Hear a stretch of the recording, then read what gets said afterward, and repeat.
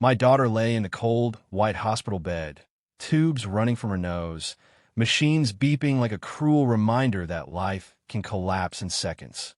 Her chest rose and fell, shallow and weak. The doctors whispered words I could barely hold on to: critical, intensive care, slim chances. And through all of it, the man who vowed to stand by her, the man she once called her forever, was nowhere to be found. My name is Walter Hensley, and I am 59 years old. I spent my whole life as a construction worker in St. Paul, Minnesota. My hands are rough, my back is bent, but every callus I earned was for one reason: to give my daughter, Mara, a better life than I ever had. After my wife died when Mara was 12, I raised her alone. I gave up dating, gave up traveling, gave up everything just to make sure she never felt abandoned. When Mara married Clayton Reeves, I thought God had finally rewarded me. Clayton looked me in the eye, shook my hand firm, and promised to take care of her. He called me Dad. He spent Sundays grilling with me, even fixing the old fence out back without me asking. I trusted him. I even signed over some of my retirement investments to him, thinking it would help them start their family. But now, while Mara lies between life and death, Clayton isn't holding her hand. He isn't sitting by her bed. He's running around town, trying to sell off my land and empty my accounts. I know this because 2 nights ago, I found documents hidden in my own mailbox. A neighbor slipped them to me quietly. Contracts with my signature forged, my property listed, my pension drained. Clayton's name on every line. My chest burned when I saw it, not just from betrayal, but from shame. How could I, after all these years of sweat and sacrifice, be fooled so easily? I sat by Mara's bedside today, whispering prayers in her ear when a nurse leaned close and said softly, "Your son-in-law hasn't been here once since she came in." My throat closed. She didn't know I already knew why. Outside her hospital window, the city lights blurred like ghosts. Every memory I had of raising Mara flashed in my mind. Her first bike ride, her prom dress, the night I gave Clayton my blessing. All of it burned now like photos in fire. And that's when it hit me. If Clayton thought I was some broken old man he could cheat and discard, he had no idea who he was dealing with. I may be nearing 60, my body worn and tired, but the fight in me isn't gone. And if he wants to strip me of my land, my money, and my daughter's dignity, then I'll make sure he pays in ways he never imagined. I rose from that hospital chair, kissed Mara's forehead, and promised her something I had never promised before. "Baby girl," I whispered, my hand trembling over hers. "I'm going to save you, and I'm going to make sure the man who broke you never walks free." But as I turned to leave, I noticed a shadow in the doorway, a familiar figure, watching me. And when the light hit his face, I froze. Because it wasn't Clayton. It was someone I hadn't seen in years. The figure in the hospital doorway leaned against the frame, his shoulders sagging beneath a worn leather jacket. His beard was grayer, his eyes older, but I knew him instantly. It was Dean, my younger brother, the one I hadn't spoken to in 20 years. My chest tightened. Memories of our last fight came flooding back. How he'd stormed off after I refused to sell the family farm. How he called me stubborn, accused me of chaining us both to our father's debts. He left Minnesota for good, chasing a life in California. I hadn't seen him since. Now here he was, standing in my daughter's hospital room like a ghost from a life I thought I buried. "What are you doing here?" I asked, my voice sharp, louder than I intended. Dean glanced at Mara, then back at me. "I heard she was sick. Word gets around, Walt." I wanted to throw him out, but something in his eyes stopped me. A heaviness, a regret that mirrored my own. "Can we talk?" he asked softly. I nodded, though every muscle in me resisted. We stepped into the hallway. The hospital lights hummed above us, sterile and unfeeling. Dean shoved his hands in his pockets. "You look tired." I almost laughed. Tired? My daughter was fighting for her life, my son-in-law was gutting me alive, and now my estranged brother decided to show up. Tired was too soft a word. "What do you want, Dean?" I asked. He hesitated. "I want to help." I nearly barked out a laugh. "Help? Where were you when I was raising Mara alone? When Mom died, when Dad's debts swallowed me whole, when I was breaking my back to keep us afloat?" He looked at the floor. "I know. I was a coward. His honesty disarmed me. But I wasn't ready to forgive. Why now? I pressed. He sighed. Because I heard about Clayton. The mention of that name made my stomach twist. What about him? Dean's eyes narrowed. He's not just selling your land, Walt. He's reaching further than you think. He's got ties, ugly ties. He's desperate. And when desperate men run, they don't care who they bury on their way out. I froze. What ties? Dean didn't answer immediately. His silence told me enough. This was bigger than a greedy son-in-law flipping properties. That night, after Dean left with a promise to return, I sat back at Mara's bedside. The steady rhythm of the heart monitor calmed me, but my thoughts refused to rest. I remembered the first time Mara ever brought Clayton home. He was tall, polite, his shirt tucked and crisp. He held flowers for her and a toolbox for me. Thought I'd help fix that squeaky back door, he'd said with a grin. That simple gesture melted me. I hadn't seen Mara so happy since she was a little girl, running barefoot through the cornfields behind our old house, her laughter cutting through the hot summer air. She deserved joy, and if Clayton gave her that, I was willing to open every door for him. I taught him things, how to patch drywall, how to grill steaks the way Mara liked, how to handle money carefully. He'd sit with me at the kitchen table, asking about my pension, my savings, my plans for retirement. I thought he admired me. I thought he wanted to learn. But now, looking back, I realized he wasn't learning, he was plotting. The betrayal cut deeper than I could explain. I gave him not just my trust, but my legacy. Every dollar in my accounts was a dollar I could have used for Mara's college, for her first car, for her dreams. Instead, I handed it to the very man now circling like a vulture. I leaned closer to Mara and whispered, "Baby girl, I'm so sorry. I should have seen him for what he was. But I won't let him win. Not now." The next morning, I walked into my lawyer's office. Mr. Harvey, an old friend from church, greeted me with a weary smile. "Walter," he said, "you look like you've seen a ghost." "I have," I muttered. Then I slid the forged documents across his desk. "Clayton is trying to take everything. I need to stop him." Mr. Harvey adjusted his glasses, studied the papers, and shook his head. "These signatures, they're sloppy forgeries, but dangerous enough. If he gets to a buyer before we intervene, you could lose half your estate." My fists clenched. "What can we do?" "We file an injunction. Freeze any property transfers until we sort this out." "But Walter," he hesitated, "do you have proof Clayton forged these?" "Without it, he could argue you signed willingly." My throat tightened. Proof? I had none yet. I left the office with my mind racing. That's when Dean's warning echoed in my head. Ugly ties. Was Clayton working with someone bigger than him? Later that evening, Dean showed up at my doorstep. He carried a manila folder, his face grim. "I told you Clayton's desperate," he said, handing me the folder. Inside were photographs, grainy but clear enough. Clayton shaking hands with a man I recognized from local news, Reggie Doyle, a known scam artist who once ran a fraudulent retirement scheme that wiped out dozens of seniors in our county. My blood ran cold. Dean leaned close. "Clayton's not just after your land. He's laundering money through Doyle. Selling your properties is just the start. Once he cashes out, he's gone, probably overseas." I staggered back, gripping the edge of the table. My heart pounded, but not from fear, from anger. I thought of Mara, lying helpless in that hospital bed.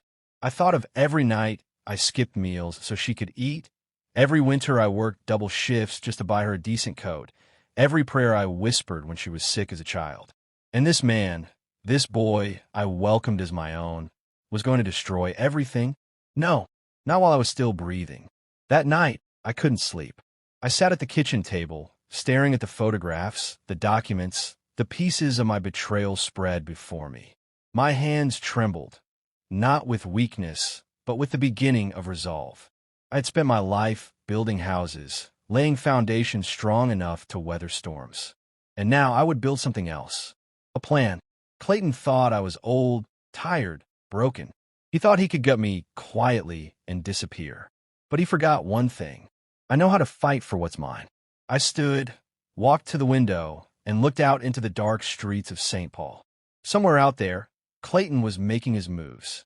But from this night forward, so was I. I wasn't going to confront him in anger. I wasn't going to scream or beg. No, I would wait. Watch. Gather proof. Strike only when the moment was right. Because revenge wasn't about rage. It was about justice. And when justice came, Clayton Reeves wouldn't see it coming. But just as I closed the folder and turned off the light, my phone buzzed. A message from an unknown number lit the screen. Stay out of this, old man, or Mara won't be the only one in a hospital bed. My blood ran cold. The message glowed on my phone screen like poison. Stay out of this, old man, or Mara won't be the only one in a hospital bed. My thumb hovered, trembling, as if touching the words could burn me. I wanted to believe it was a bluff, but I had worked construction long enough to know threats like this don't come from cowards. They come from men who've already decided what they're willing to do. I sat there in the dim kitchen light, the folder of photographs spread before me, my heart pounding. My first instinct was to call the police. But then I pictured Clayton, smug in some lawyer's office, twisting my words, painting me as a senile old man with a grudge. Without proof, the law couldn't save me. And if the law couldn't save me, then who could? I thought of Mara, her face pale against the white pillow, her body wired to machines. She had always believed in me, trusted me. Even as a teenager, when she slammed doors and rolled her eyes, she'd sneak back into the kitchen at midnight, sit across from me, and whisper, "I know you're doing your best, Dad." I couldn't let her down now, not when she needed me most. The next morning, I returned to the hospital. The corridors smelled of antiseptic and coffee, the kind of mix you never forget once you've lived it. Nurses bustled past, their shoes squeaking against the linoleum. I stopped at Mara's door, bracing myself. Inside, she looked the same, fragile, asleep, suspended between worlds. A nurse adjusted the foredrip and gave me a sad smile. "She's stable today," she whispered. I nodded, but inside I was boiling. Stable wasn't enough. She deserved more than survival. She deserved a future. I pulled the chair closer and sat by her side. "Mara," I whispered, "do you remember the first time you saw the ocean?" Her eyelids didn't flicker, but I told the story anyway. "You were 7. I saved up for months, working extra shifts, just so we could drive down to Florida. You stuck your toes in the sand, and you said, 'Daddy, it feels like powdered sugar.' I laughed so hard I cried. You begged me to build a castle. So we did, biggest one on the beach.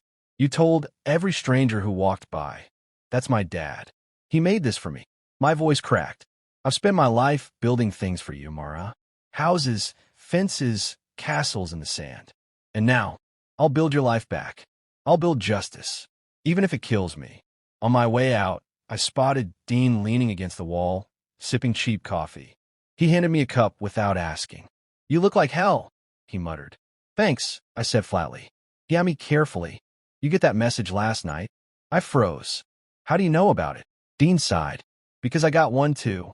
He pulled out his phone and showed me. The same words, only this time it said, "Stay out of Walt's business, or you'll regret it." I clenched my fists. "So they're watching us?" "Yeah," Dean said, "which means we've got to play this smart." I didn't like hearing him say we. Part of me still hated him for abandoning me all those years ago. But right now, I couldn't fight 2 battles at once. "What do you suggest?" I asked. Dean leaned closer. "You start acting like you're backing down. Make them think you're scared. Meanwhile, I'll dig deeper into Clayton and Doyle." I hated the idea of pretending to be weak, but I hated the thought of Mara paying for my pride even more. "Fine," I muttered, "but if they touch her..."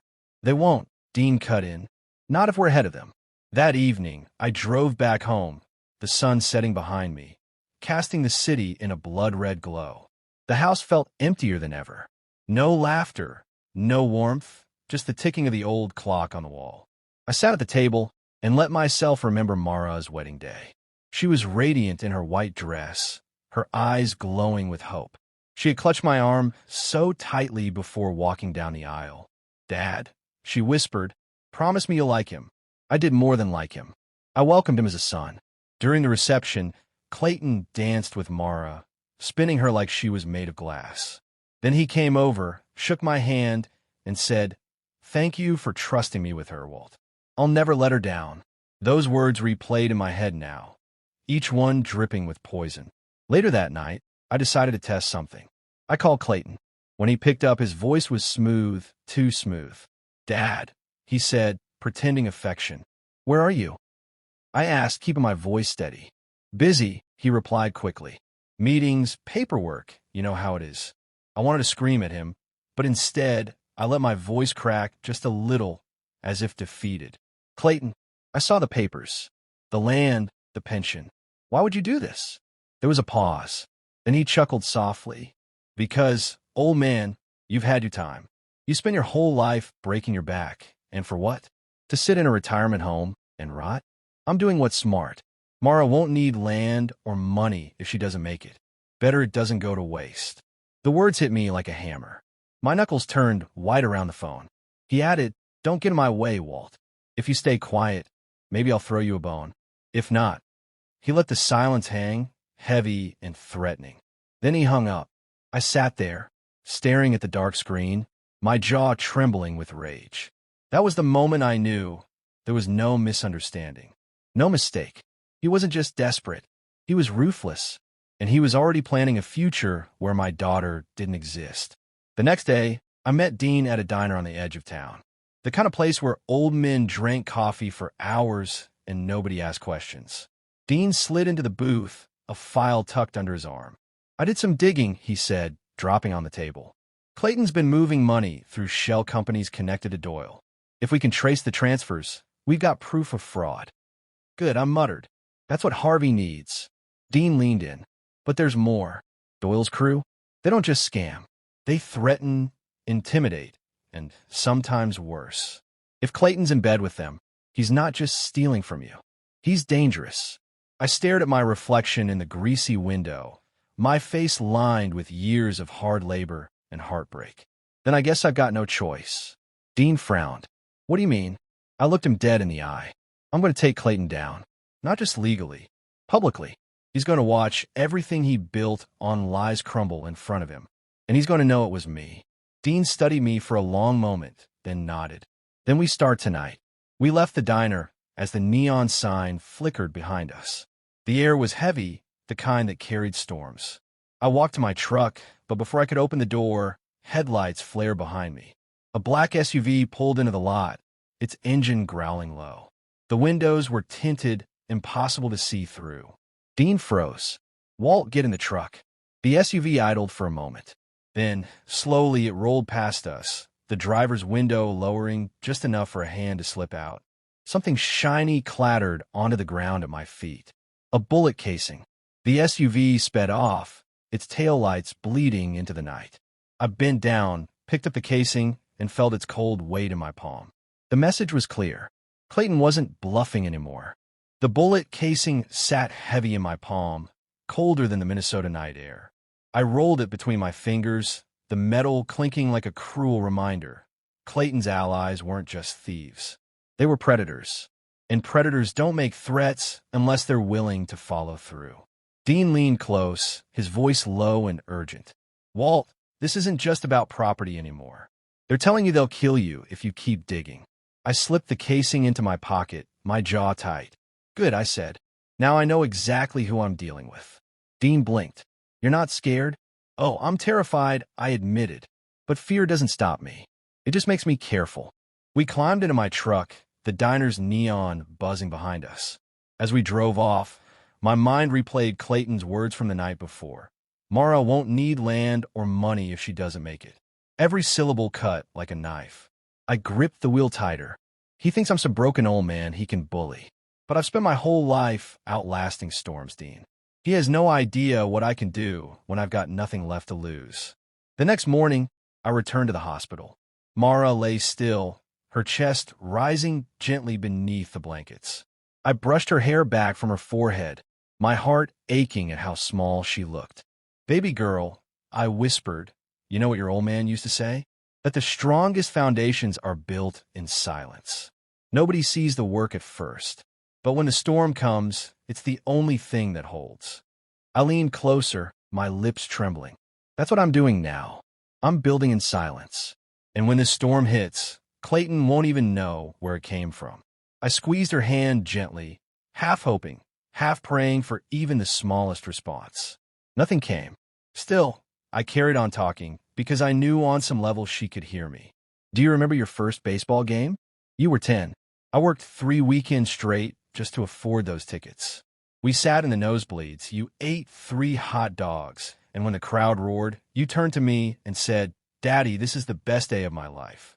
That's what you deserve every day, Mara, the best days. And I'm not going to let anyone steal that from you. That afternoon, Dean and I met again in my garage. The space smelled of sawdust and old oil. Tools hung neatly on the wall, each one with its place, a lifetime of work laid out like a story. Dean tossed a folder onto the workbench. I pulled bank records. Clayton's transfers go through a dummy LLC called North Shore Holdings. Guess who runs it? Doyle, I said flatly. Exactly. If we can tie Clayton to the transfers, we've got him on fraud and conspiracy. But we need hard proof. Something undeniable. I nodded slowly. Then we bait him. Dean raised an eyebrow. Ow! I grabbed a pencil and sketched a rough plan on the back of an old invoice. We make him believe I'm giving in, that I'm ready to sign everything over. But when he comes for the paperwork, we'll have him on record, admitting everything. Dean frowned. You're talking about setting up a sting. That's dangerous. Everything about this is dangerous. I snapped and softened my tone. But it's the only way. Clayton won't leave until he thinks he's drained me dry. So I'll dangle the bait. And when he bites, I'll yank the line. That night, alone in my house, I sat at the kitchen table staring at the empty chair across from me. For years, Mara had sat there during dinners, telling me about school, about her friends, about dreams of becoming a teacher. After her mom passed, those dinners became the only time we held each other together. One night, when she was 15, she pushed her plate away and said, "Dad, do you ever get tired of carrying all this?" I remember setting my fork down, looking her straight in the eye.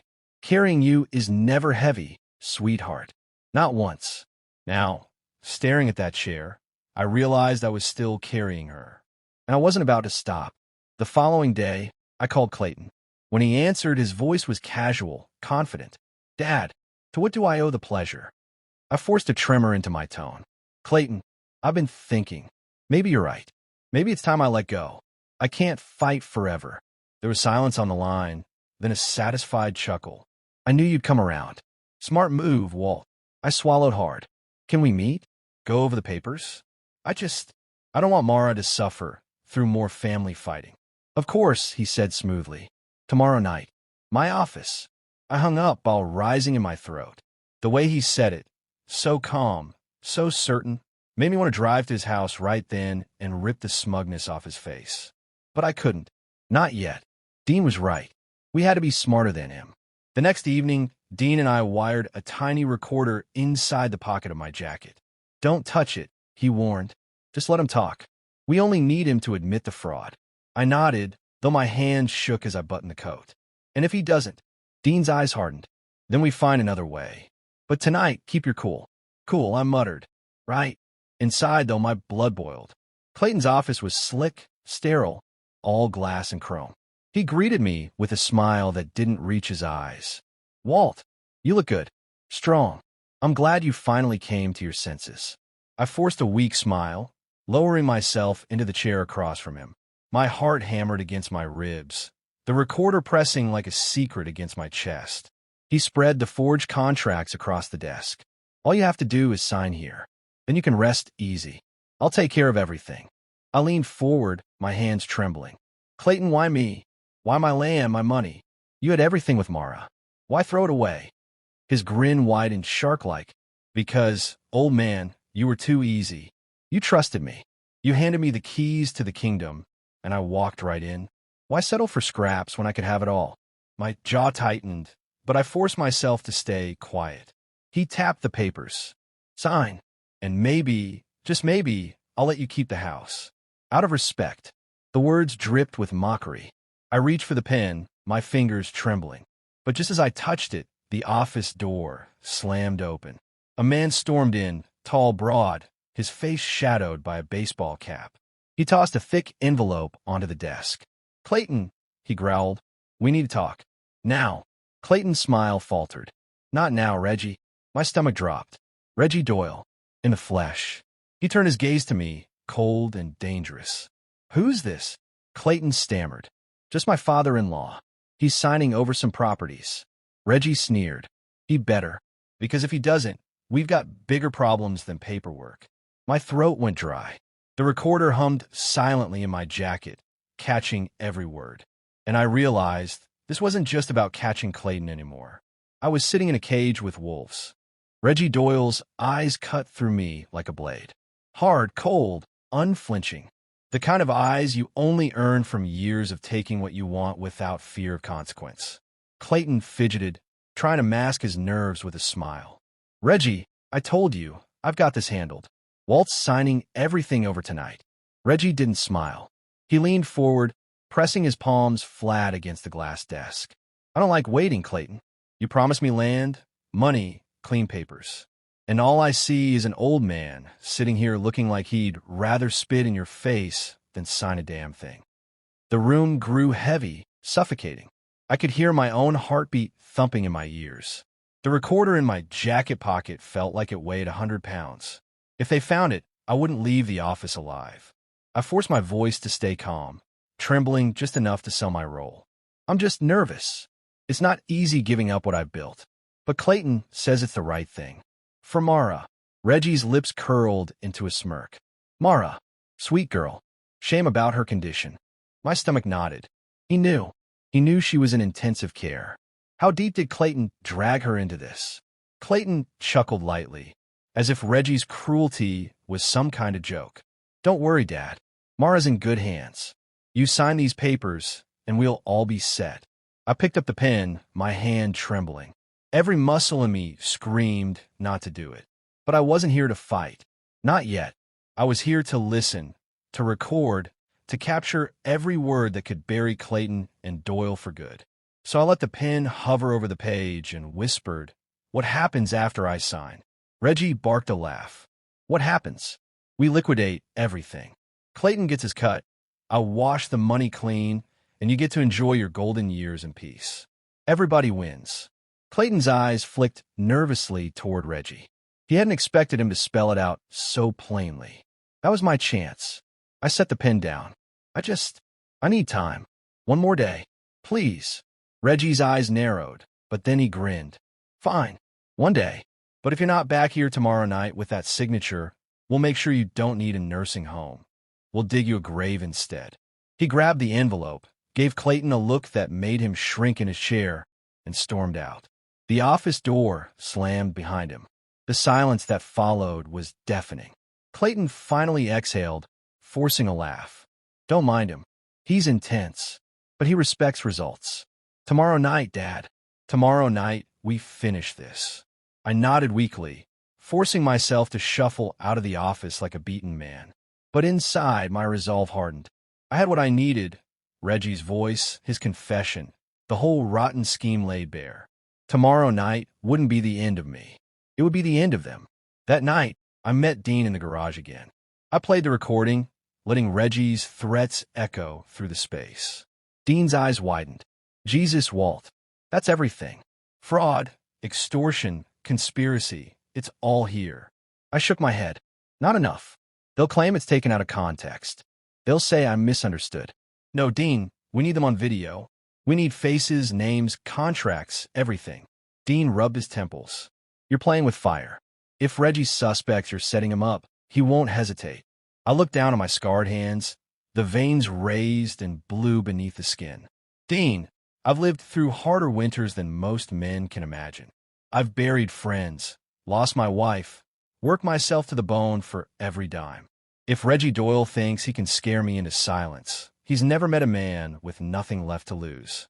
Dean studied me, then slowly nodded. All right, tomorrow night, we set the trap. The following morning, I went back to the hospital.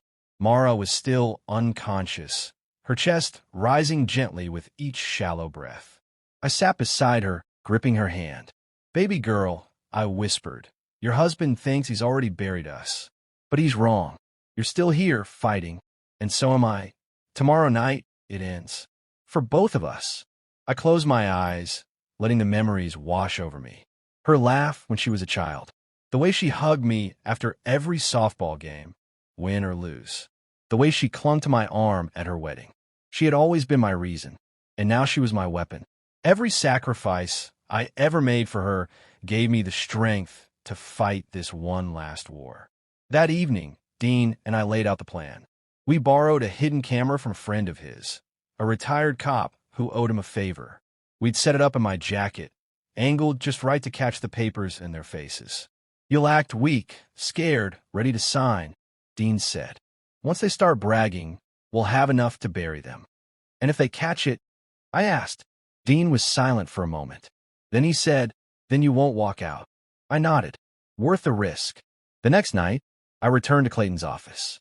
This time, Reggie was already there, leaning against the desk like he owned the place. "Good to see you, old man," he sneered. "Ready to hand over the keys to the kingdom?" I forced a nervous chuckle. Yeah. I just want to make sure everything's clear. "You'll take care of Mara, right?" Clayton smiled, his teeth too white, too perfect. "Of course, Dad. Once this is over, she'll have everything she needs." Reggie laughed darkly. "She won't need anything. Not in her state. But don't worry. We'll handle it." My jaw clenched, but I forced my hands to stay steady. I shuffled the papers, pretending to read them. "And you'll split the profits?" 50-50. Clayton nodded. "That's the deal." Reggie smirked. 50-50 until I decide otherwise. Clayton's smile faltered. "Wait, what?" That was when it happened. The wolves turned on each other. Reggie leaned closer, his voice low and sharp. "You think you're my partner? You're just my errand boy. Once these properties sell, your cut shrinks to whatever I say. You got that?" Clayton's face drained of color. "That's not what we agreed." Reggie slammed a fist on the desk. "You don't make agreements with me, boy. You take what I give you." The tension cracked the room like thunder. And all the while, my jacket camera caught every word, every gesture, every detail. I pushed the papers back toward them, my voice shaking. I can't do this." Both men snapped their heads toward me. "What did you say?" Reggie growled. "I can't sign," I stammered. "It's too much. It's all I have left." Clayton's eyes narrowed. "Don't play games, old man. You said you were ready." Reggie reached into his jacket. The glint of metal flashed. A gun. My blood turned to ice. "You sign," he snarled, "or this meeting ends a whole different way." I swallowed hard, my heart hammering. The camera was rolling. Every second mattered. So I picked up the pen. My hand hovered over the line. My voice cracked, barely above a whisper. "Mara, forgive me." And just as the tip touched the page, the office door burst open. Police. Hands where I can see them. Floodlights blazed. Voices shouted, and chaos erupted. Dean stood in the doorway, flanked by 2 officers. Guns drawn. Reggie's face twisted in fury, his gun half raised before an officer tackled him to the ground. Papers scattered across the floor. Clayton froze, his hands trembling in the air. And me? I just sat there, pen still in hand, watching as the wolves were dragged down by the very trap they thought they'd set for me. The flashing lights from the police cars painted the night in red and blue, and for the first time in months, I felt like I could breathe again. Reggie Doyle was pinned to the ground, his gun kicked far from his reach. Clayton stood in the corner, pale and trembling, his hands cuffed behind him. Dean clapped me on the shoulder, his eyes alive with fire. "We got them, Walt. You did it." But as the officers dragged Clayton past me, he looked up with eyes full of venom. "This isn't over, old man. Mara will hear my side. She'll know you set me up." My throat tightened. He wasn't wrong. Mara didn't know any of this. She was still lying in that hospital bed, unaware that her husband had nearly sold her life out from under her. I wanted to spit at him, scream at him, but all I could do was watch him shoved into the back of a squad car. Reggie fought harder, cursing and thrashing, but the cuffs held. His empire was collapsing, and he knew it. And yet, even in victory, I felt no joy, only exhaustion. The following weeks blurred into a haze of courtrooms, testimonies, and headlines. Local investor, crime boss caught in real estate fraud scheme. Father exposes son-in-law in dramatic sting operation. Victim's daughter still in ICU as family drama unfolds. Every paper carried my face, though I never asked for the attention. People whispered when I walked through the grocery store. Some called me a hero. Others pitied me. I didn't feel like either. Clayton and Reggie's trial drew crowds. The prosecutors painted Reggie as a predator who used Clayton as his pawn. But Clayton, God help me, Clayton played the victim. His lawyers spun tales of manipulation, of being lured into crime by Reggie's promises. He was desperate, one attorney argued. His wife was ill, medical bills were crushing, and Doyle exploited his weakness. I sat there, fists clenched on my knees, wanting to scream the truth, that Clayton hadn't cared about Mara's suffering, only about money, only about escape. But the courtroom wasn't built on feelings. It was built on evidence. And the evidence was strong. The recordings, the video, the signed papers, all damning. But even as the judge's gavel echoed through that cold room, I knew the fight wasn't over. Because Mara hadn't woken up yet. And when she did, she'd have to face the truth. The man she married had betrayed her in the cruelest way possible. How do you tell your daughter that? How do you look her in the eyes and shatter her world? One evening, after another long day at court, I returned to the hospital. The hall smelled of antiseptic and stale coffee. Nurses bustled quietly, their shoes squeaking against the linoleum floors. When I stepped into Mara's room, I froze. Her eyes were open. She was awake.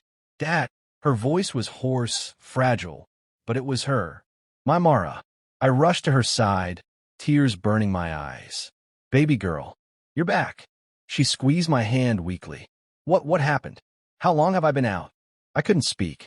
I wanted to tell her everything, but the words caught in my throat. You've been through a lot. I finally managed. You're safe now. That's what matters. Her brow furrowed. Where's Clayton? My chest ached. The question I had been dreading.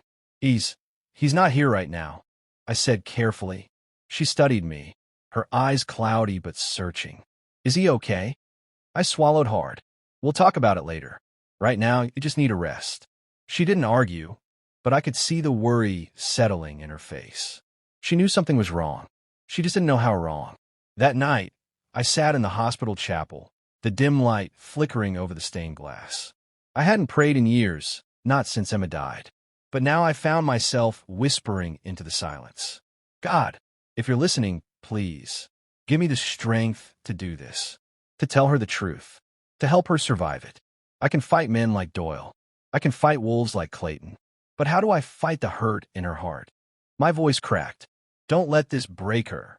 The next morning, Dean found me in the cafeteria, staring at a cup of coffee gone cold. She's awake? He asked gently. I nodded. She asked about him. Dean sighed. She'll have to know eventually. I don't know if she's strong enough, I said. She's barely out of the woods. What if the truth sets her back? Dean leaned in. Walt, listen to me. She's stronger than you think. She got that from you. Don't rob her of the chance to face this. She deserves the truth. I stared into the coffee, the dark surface trembling in my hands. He was right, but knowing didn't make it easier.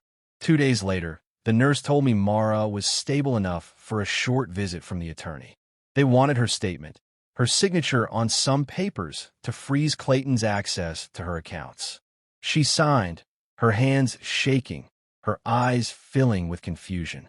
Dad, she whispered after the lawyer left. Why is everyone treating me like I'm some victim in a crime show? What's going on? I sat down beside her bed, my heart pounding. This was the moment. Mara, I said softly, I need you to listen to me. What I'm about to tell you, it'll hurt. But you need to hear it from me. Her eyes widened. It's about Clayton, isn't it? I nodded. He's not the man you thought he was, I said, my voice shaking.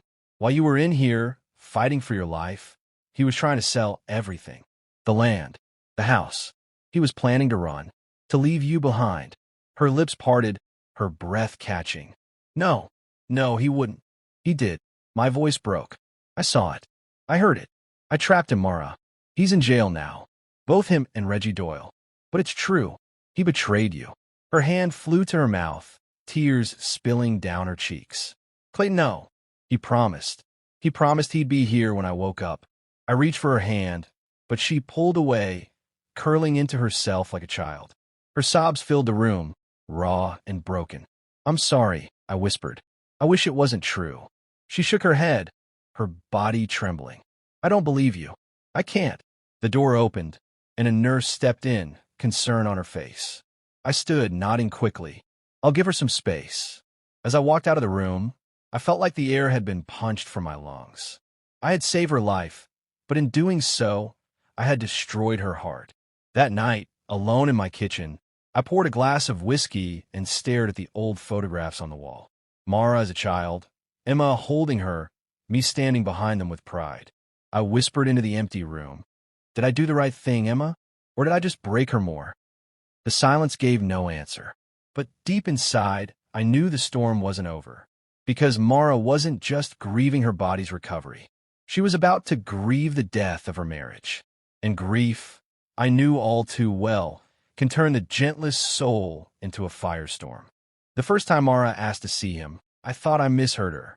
I was sitting at her bedside, peeling an orange, when she said it, her voice quiet but steady. I want to visit Clayton. The orange slipped from my fingers, rolling across the floor. My chest tightened. Mara, no, you can't. She looked at me, with eyes red from sleepless nights. He's still my husband, Dad. I need to hear his side. I shook my head, anger bubbling beneath my skin. His side? You think there's another side to what he did? He tried to strip you of everything, leave you to die in that bed while he ran off with Doyle. Her chin trembled, but her voice held firm. I don't believe it. Not all of it. Clayton made mistakes, I know that. But he wouldn't just abandon me. He's not that cold. I wanted to grab her shoulders and shake the truth into her, but I saw Emma in her eyes, Emma's stubbornness, Emma's faith in people even when they didn't deserve it. My late wife had been a gentle soul, always believing she could save the broken. Mara had inherited that gift, but now it felt like a curse. You don't know him like I do, she whispered. I stood, pacing the room, my fists clenching and unclenching. No, Mara, I know him better than you want to admit. I gave him a chance. I welcomed him into this family. And what did he do? He spit on it. Her tears fell silently. Dad, please just let me see him. The room was quiet except for the steady beeping of her heart monitor. I turned my back to her, my jaw tight. No, I said finally. Not while I'm breathing. The days that followed were suffocating. Mara grew stronger physically, but her eyes carried a distant sadness. She spoke less, ate less. And though she never mentioned Clayton again, I could feel his shadow in the room.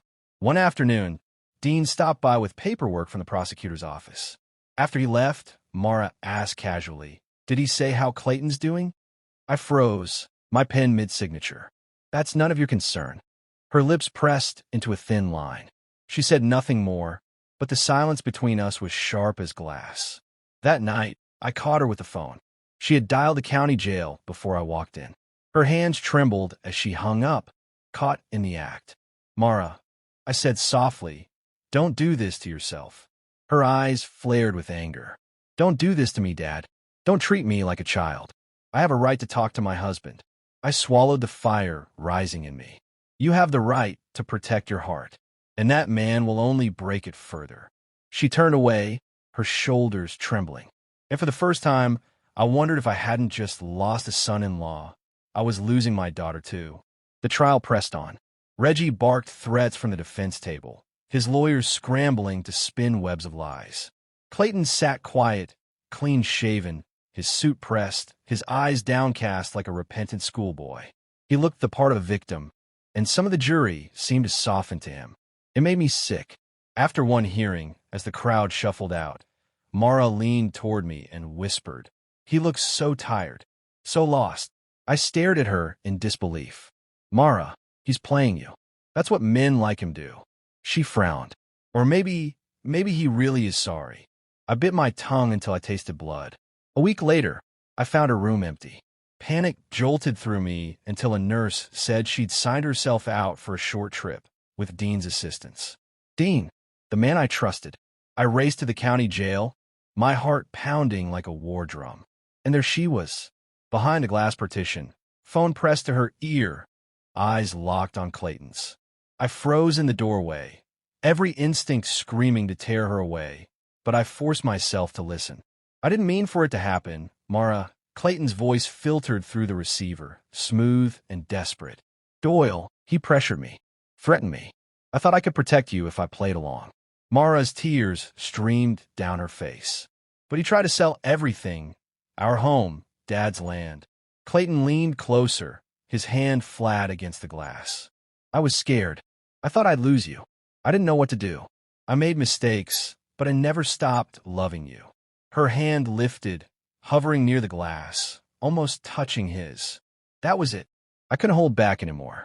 Mara, my voice thundered across the room. She jumped, turning toward me, guilt flashing across her face. Clayton's eyes met mine, and for a moment, his mask slipped. His lips curled into the faintest smirk. He was winning her back, and he knew it. I stormed forward, my voice shaking with rage. Don't listen to him. He'll twist your heart until you can't tell which way is up. He's a liar, Mara. A thief. A coward. Dad, stop, she cried, covering her ears. The guards moved in, ushering Clayton back toward the cells. He shot me one last look over his shoulder, smug, defiant, as if to say, she'll never believe you over me. I stood there, breathing hard, while Mara sobbed into her hands.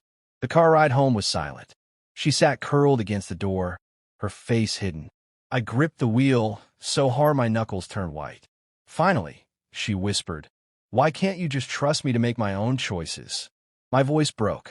Because I've already buried one woman I loved more than life. I won't bury another. Not because of him. She said nothing, and in that silence, I felt the gulf between us widen, deeper and darker than ever. That night, I found myself back in the chapel. My knees ached against the wooden pew, but I didn't care. "Emma," I whispered into the stillness. I don't know how to reach her. She sees the man she wants him to be, not the monster he is. What if I lose her, too? What if all this fighting was for nothing? The candlelight flickered, but no answer came. Only the hollow echo of my own fears. 2 days later, the prosecutor called me into his office. "We've secured a deal with Doyle," he said. "He'll take a longer sentence, but in exchange, he's agreed to testify that Clayton was a willing partner. No coercion, no threats. If the jury believes him, Clayton goes down with him." Relief surged through me, but it was short-lived, because the prosecutor leaned forward, lowering his voice. "But your daughter's statement matters. If she speaks in Clayton's defense, it could sway the jury. It could save him." My blood ran cold. Mara had the power to undo everything. And I knew, in my gut, Clayton would find a way to use her love against her. That night, I sat beside her hospital bed, watching her sleep. Her face was pale, her hands frail, but she was still my little girl. I brushed a strand of hair from her forehead and whispered, "Mara, please don't let him take you from me too." Because if she chose him, if she defended him, I wasn't sure my heart could survive it. The courthouse was colder than usual that morning. Or maybe it was me. My hands trembled inside my coat pockets, and no amount of rubbing could chase the chill from my bones. The trial had reached its climax. The prosecutor had called his last witness, Reggie Doyle himself, shackled and bitter. His testimony was damning. Clayton knew everything. He begged to be part of it. I didn't twist his arm. He twisted mine, asking for more. The jury scribbled furiously. The gallery whispered, and I sat there, praying Mara wouldn't rise to undo it all. Because today, she would testify. I turned my head slightly. Mara sat at the far end of the bench, her hair tied back, her face pale but determined. She wouldn't look at me. Every attempt I made at a smile fell flat, swallowed by the wall between us. Dean leaned over, his voice low. "Whatever she says, Walt, you've done your part. You've given her the truth. The rest is hers to carry." But I wasn't sure I could live with that. Not if she carried it wrong. When her name was called, Mara rose slowly, her legs still weak but steady. She walked to the witness stand with the fragile dignity of someone caught between love and betrayal. The oath trembled from her lips, and then she sat, folding her hands tightly in her lap. The defense attorney rose first. He was slick, practiced, his smile warm enough to melt stone. "Mrs. Green," he began gently, "you've been through quite an ordeal, haven't you?" Mara nodded, her voice barely audible. "Yes. And during your time in the hospital, your husband wasn't by your side. That must have been very difficult." She swallowed. "It was." The lawyer paced slowly. "Now, you've heard the prosecution's version of events. that Clayton conspired against you, betrayed you. But tell us, in your heart, do you believe your husband ever truly meant to abandon you? The silence in the courtroom was suffocating. I gripped the pew so hard my nails dug into the wood. Mara looked down at her hands, tears brimming. I don't know. The defense attorney leaned closer. But you still love him, don't you? Her lips trembled. Yes. The words cut through me like a blade. My chest hollowed out, my vision blurred.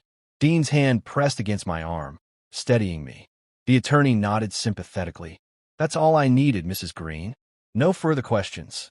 I wanted to scream, to stand and shout the truth until the rafters shook. But I stayed seated, my fury caged. Then the prosecutor stood. His voice was calm, deliberate. Mrs. Green, love can blind us. But facts don't lie. You've seen the recordings. You've heard your husband's voice. You know he signed documents to sell your father's land while you were in intensive care.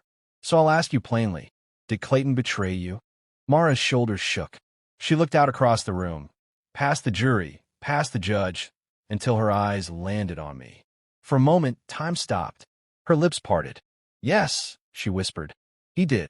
Gasps rippled through the gallery. The prosecutor nodded, satisfied. No further questions. I pressed a trembling hand to my mouth. Relief and sorrow tangled inside me until I couldn't tell them apart. Mara lowered her head, silent tears streaking her cheeks. And for the first time in months, I saw the war inside her end. Not with joy, not with rage, but with resignation. The verdict came 2 days later. On all counts of fraud, conspiracy, and attempted grand larceny, we, the jury, find the defendant, Clayton Green, guilty. The words rang like church bells through the courtroom.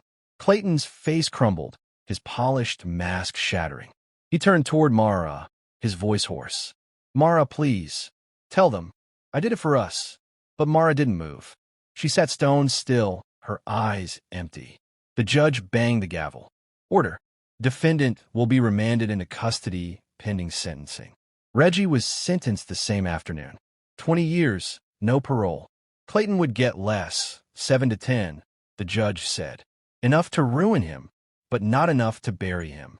As they dragged Clayton past me, he spat on the floor, his voice a hiss.